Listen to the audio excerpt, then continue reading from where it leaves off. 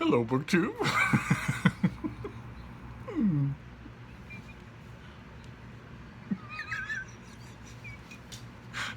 I'm down in puppy territory, so I thought that was only fitting.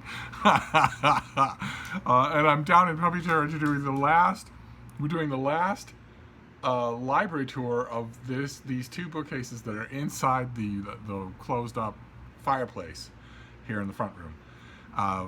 And I think once again, just glancing at it, once again, I'm thinking probably this is going to be a lot of science fiction and fantasy. Probably these are vestiges of an attempt that I might have made at some point to organize these things at least by genre. I don't. It obviously didn't stay true.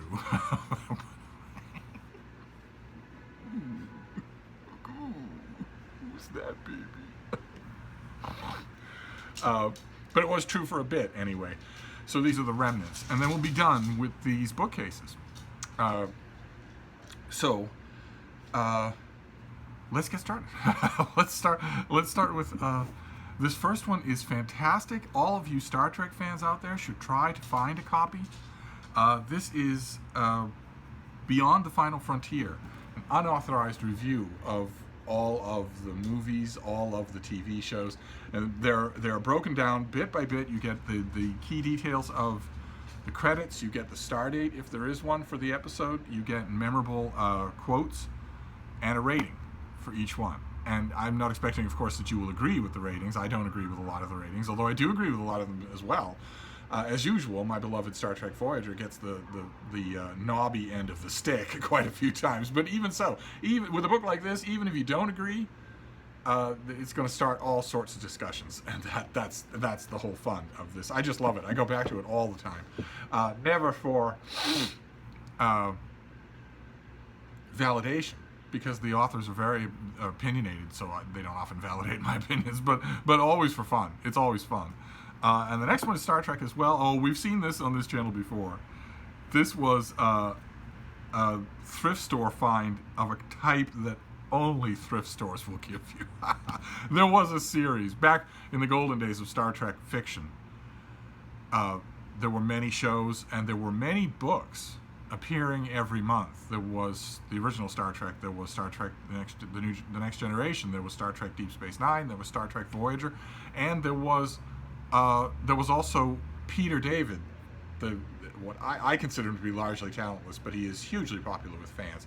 And he decided to he got permission to create a Star Trek property of his own with Captain Calhoun and his weird X-Men style crew. And I read those books. I never liked any of them, but they were very popular with fans. And there was a time when all of those things were taking place in book form at roughly the same time. So of course, the creative people in love with the Star Trek fictional world tried to come up with ideas to link all of those things together. That's really hard to do, because the original Star Trek takes place, 70 years before all the others, and Star Trek Voyager takes place on the other side of the galaxy, completely out of communication with the folks at Star Trek The Next Generation and the folks at Deep Space Nine. And that problem was only complicated further by the abortive Star Trek show Enterprise. I'm not even 100% sure nowadays whether or not Enterprise is considered canon, which is an amazing thing to ask about something that was actually a TV show. Usually TV shows or movies are de facto canon, but Star Trek Enterprise, if anything, was hated by fans even more than Voyager. Of course, fan hatred now has to be a relative term, because Star Trek Discovery, rightly referred to by its many, many, many enemies as STD, is an abomination. It's the worst thing that's ever been called Star Trek that I have ever seen, and I have seen it all.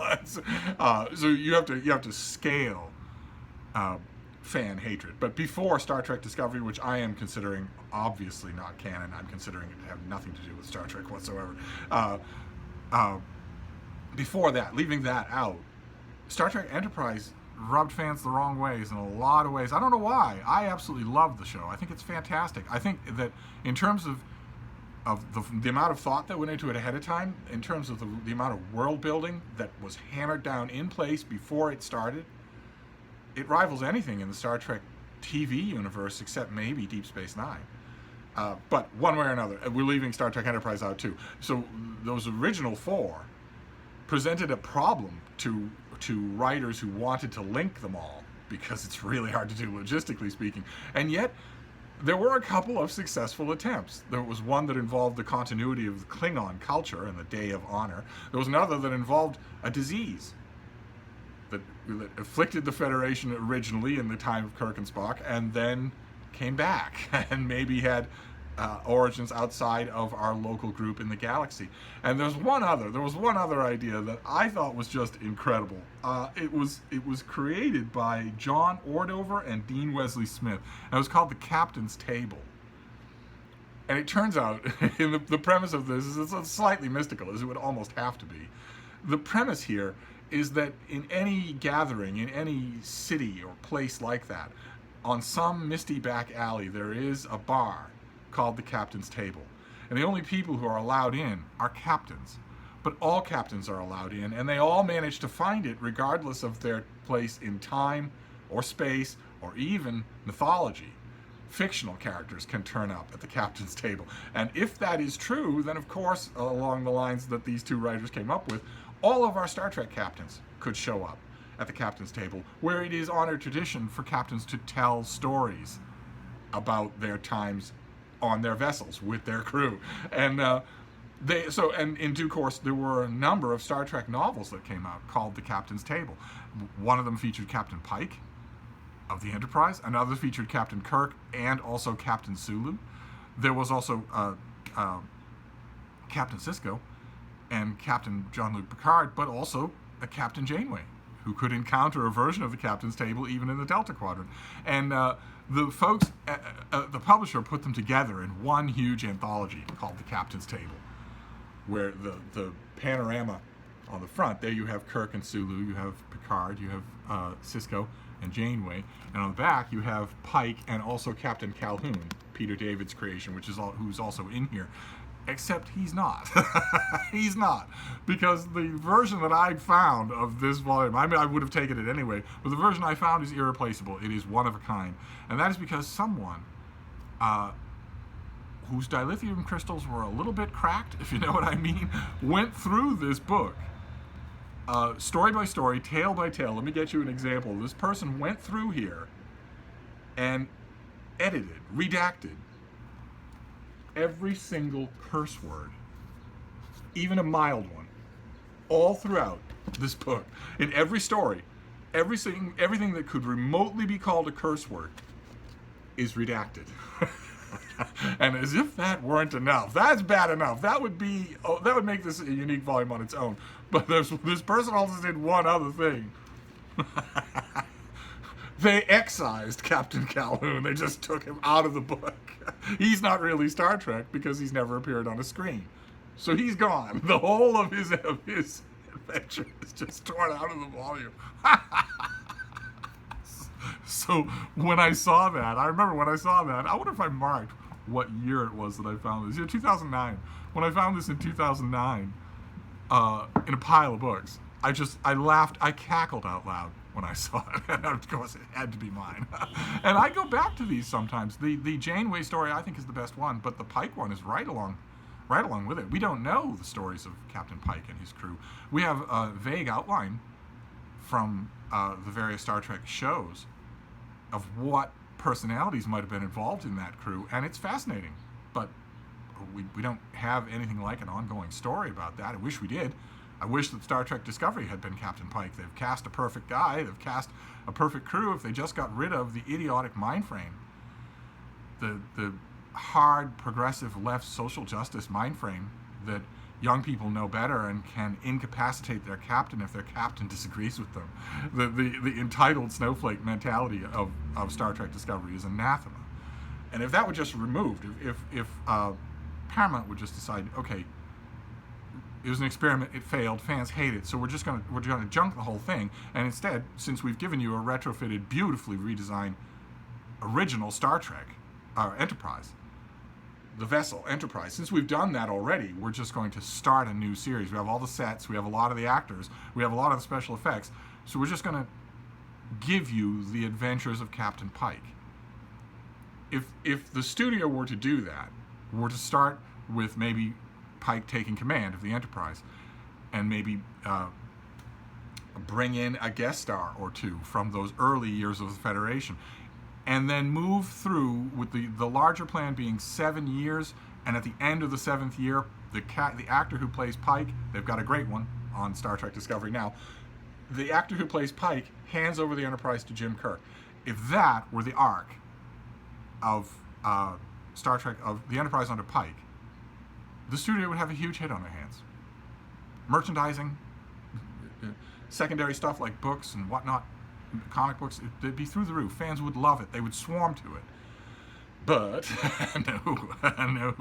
no, we live in the age of subverting expectations. So that doesn't happen. Fans have made it perfectly clear what they want, and because of that, they will get anything but that in 2019. Totally bizarre. But anyway, the next book is also a Star Trek book. This is Ship of the Line by Diane Carey. One of my favorite Star Trek author, and probably my favorite single Star Trek book, unless I count The Price and the Fate of the Phoenix, which are really bad.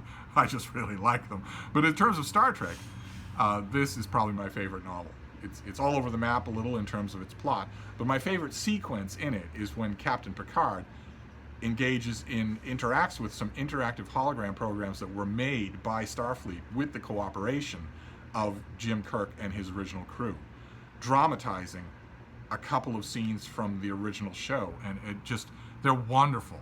Those parts are absolutely wonderful. There's also a great adventure starring Kelsey Grammer's time-displaced captain, and also Captain Scott, who is also time-displaced, and Riker, who's given more personality in this one book than he had in 7 years on Star Trek: The Boring Generation. But those intervals with Picard interacting with the original Enterprise episodes, like Balance of Terror, are so good that they made my mouth water for the studio to let a whole array of science fiction authors simply write up those episodes as novels. I think you'd have a line of people wanting to do that, and I think some of the results would be fantastic, at least with some of the better episodes. Anyway, then we move on from Star Trek to fantasy. This is The Eye of the World by Robert Jordan in a big hardcover. That I have kept it. I have a fondness in my heart for it. I think it's the best book in the series, and I like some of the things in it, and so I've just kept this big hardcover when I'm not 100% sure. I think didn't we on this tour see the mass market paperback? But anyway, it's here, and then okay, then we move on to, I think this is a UK trade paperback of Rosemary Sutcliffe's The Mark of the Horse Lord, one of her Roman era historical novels that are they're so good. They're just so good. Wish I had them all. I don't think I have any Rosemary Sutcliffe other than this one book. Okay, then we'll stick with historical fiction. This thing is huge. This is William Vollmann's The Dying Grass, gigantic historical novel of his that came, I think this was the thing he did immediately before Carbon Ideologies, and I believe I'm quoted here. Yes, I think I reviewed this for the Christian Science Monitor. I think it might have been the first book I reviewed for them, or either that or I did it for the Post. Or maybe I wrote it for the Post and they couldn't take it, so they gave it to the Monitor. One way or another, I thought it was immensely impressive, and I am due for a reread. Really am due for a reread. I think that's why I kept it around. Okay, all right. This is the Reader's Advance copy of Ariana Franklin's The Mistress of the Arts of Death. This is a fantastic historical novel, the beginning of a fantastic historical murder mystery series. I really cannot praise it highly enough, too. It's just fantastic. A boy is found dead in the England of King Henry II, and he needs to understand what happened with that death. Because right now, suspicion is falling on the Jews, and Henry is not particularly enlightened as a ruler, but Jews are some of his best customers, and he does so for very mercantile reasons. He doesn't want them persecuted if he can find a way to exonerate them. So what he needs, whether he knows it or not, whether he calls it that or not, is forensic science. And there is a specialty school on the continent that provides graduates like that, but unbeknownst to Henry, at least unbeknownst to him to specify, they don't make any distinction between male and female students. They're one of the only places in the world that doesn't.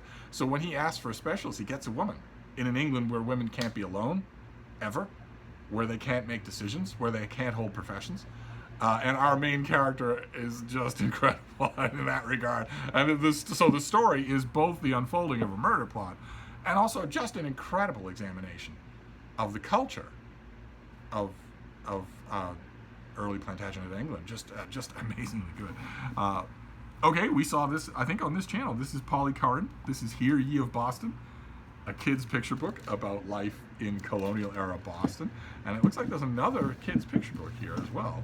Oh, right. Yes, we saw this here as well. This is 50 years after Hear Ye of Boston, but every bit as good. Oh my God, you fathers out there, or also wives and husbands of fathers who have little kids.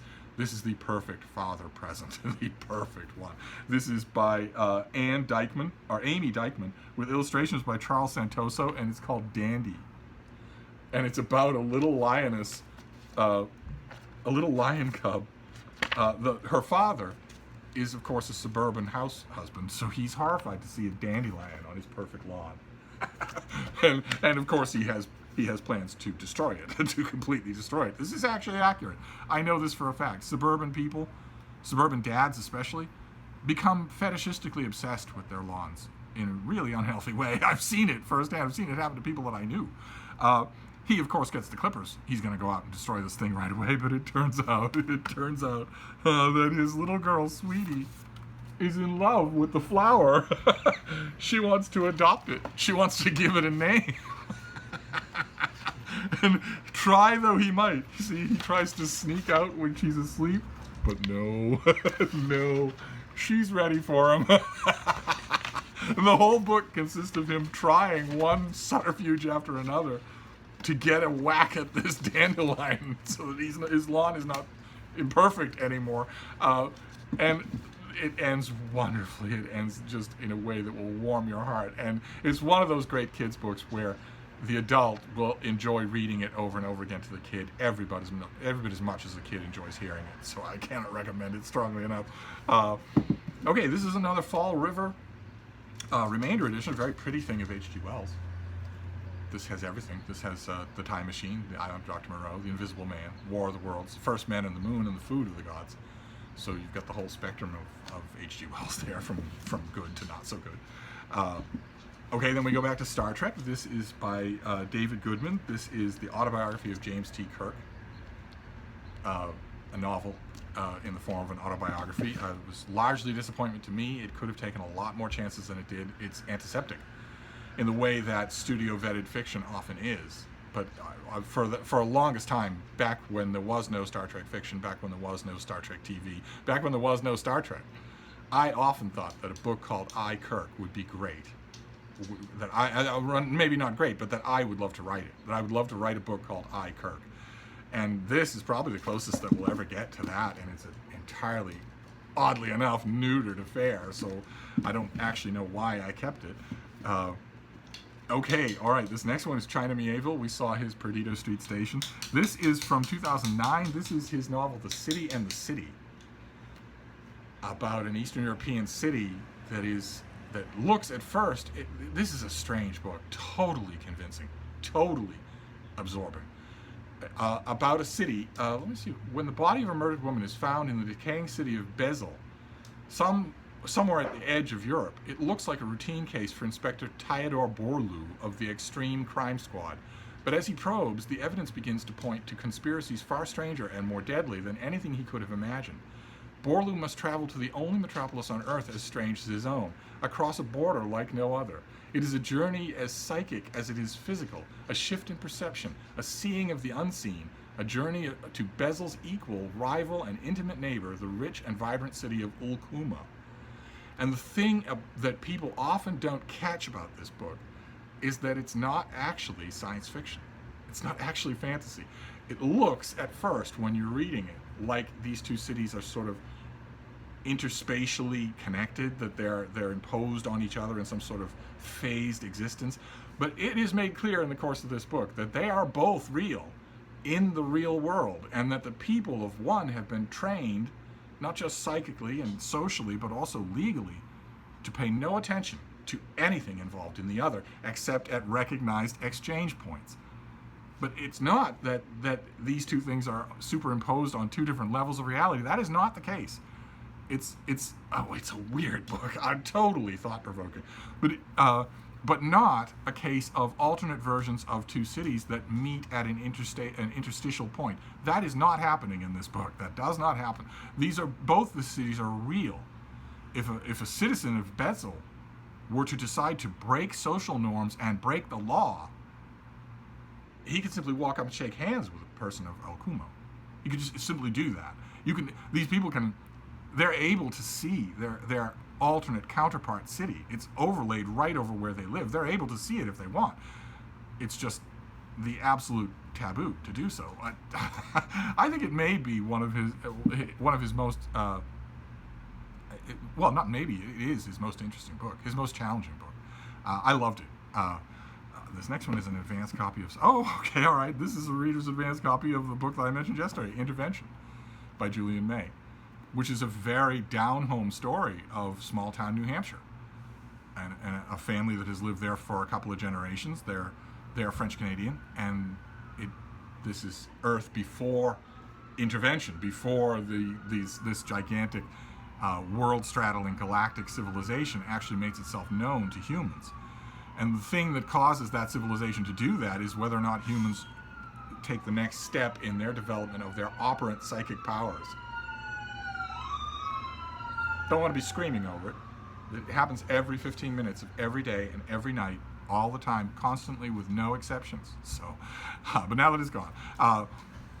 This book is about ordinary, everyday, plaid shirt, work boot wearing people dealing with those metaconcert abilities, with those psychic abilities, and learning what they are, and it brings out the best and the worst in members of that family. Just amazing. So small scale in terms of science fiction, especially compared to the gigantic, sprawling space operas that Julian May otherwise writes. My favorite of her books, I think. I often thought that would be the Adversary, the fourth book in the Pleiadian Exile trilogy, but I think this one probably is a standalone. You're not paying attention to me at all now, are you? Oh, all right. These next four are George R.R. Martin. No fantasy bookshelf could be complete without these. I don't have one. There's one of these that's missing. Feast of Crows, I think. I have the first three with the great old.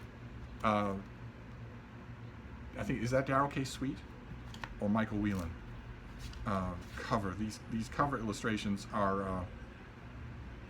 Oh no, I'm sorry, Stephen Ewell. Stephen Ewell did the cover illustrations for these first three.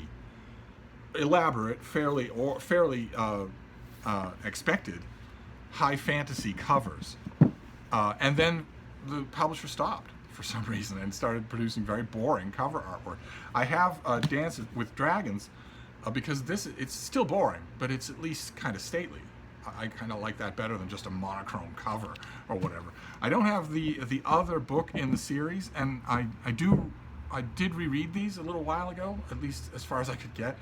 I'm not the biggest fan of the prose on the page in A Song of Ice and Fire, especially since I'm very familiar with the work that George Martin can do when he really wants to, when he's being edited and where he's being conscientious. Instead, this thing is just the latest iteration in the fad that Robert Jordan let loose on the world, where writers are not expected to finish their works. I always think, when it comes to Song of Ice and Fire, the ideas behind it, a Wars of the Roses type battle between ordinary, power-hungry, grubby humans set against the backdrop of a steadily advancing climatological end of their world. And I think if you had made that into a single book or even just a trilogy, what a masterpiece it would be. It would stand forever. Even with the orotund and verbose prose, it would still stand forever. And instead, thanks to Robert Jordan, the idea is, well, you wait until this cow gets to milking age, and then you just milk it forever. Don't think about an ending. Just milk it forever. And that's disappointing. That really is. It will cause ideas, very good ideas, to adulterate and change in the course of time, to the point where, well, I'm hoping that whoever finishes this series, George R.R. Martin will never finish this series, But I'm hoping that whoever does brings it to a conclusion in one book. I'm hoping that The Winds of Winter is the end of this story, and I'm hoping that the books don't take the tack that the series did on TV. The series transformed the idea that I just described into good versus evil, into the good guys fighting a big bad guy, and the minute they kill him, all the evil goes away. When I believe in the first 3 books at least of this series, the idea is a much deeper parable than that. That I would be very sorry if Brandon Sanderson or Joe Weber or whoever it is who finishes this series decides to make it a good versus evil cowboy story when it's. The point I'm trying to make is that the houses here, the houses of this fantasy land, are fighting over who gets the throne and who wins and who's in alliance with each other. But the point of the early books is that if winter does return, all of them will die. And there's nothing they can do about it. Snow will be 100 feet tall. Wolves will be everywhere. There'll be no ability to grow crops, no sunlight. That's what they're fighting against. Anyway, we'll see what happens down the line. But I wish that it had gone a different way. I mean, 2019, 2020, 2021, my money would be around 2022 or 2023. The world will get the sad news that George R.R. Martin has died in his sleep and that the series is unfinished. And then someone will be conscripted to finish it. And none of that would be necessary. We would be on 3 or 4 different books from George R.R. Martin, all finished, all their own worlds of science fiction and fantasy, if he hadn't succumbed to this idea. And on one level, I understand the succumbing, because you're guaranteed a fat paycheck for your grandchildren and your great-grandchildren, but you're not, as old-fashioned as it is for me to say it, you're doing a disservice to the Republic of Letters to create these unending baggy monsters like S.M. Sterling does, or Joe Weber, or Brandon Sanderson, or anything like that, where you're not... Anyway, oh God, all right, well, we end with a perfect case in point. This is Anne McCaffrey. This is a great collection of what BookTube insists on calling a bind-up. This was, I don't even know. This is the first 3 books of her Dragon Riders of Pern series, which started out as a short story called Dragonflight, and Dragonflight was popular, so it became a book. And then Dragon Quest and White Dragon followed that, and then Anne McCaffrey realized, well, the story of Pern is ongoing, and there are other stories to tell, both in its past and in its present and in its future. And there are all sorts of side stories to tell, both for adults and for young adults, so why not keep writing Pern books? And some of those books are good. Mareta is a very good Pern novel, and there are a few others that are very good, but there is no way to look at them except as adulterations of these first 3, where the fire of creativity was hot and the story was discreet. So I guess we have earlier examples than Robert Jordan of just open-ended science fiction and fantasy series. I'm grumpy enough to disagree with their existence, but I certainly love the first 3 books of Dragon Riders of Pern, and I love the first 3 books of Song of Ice and Fire.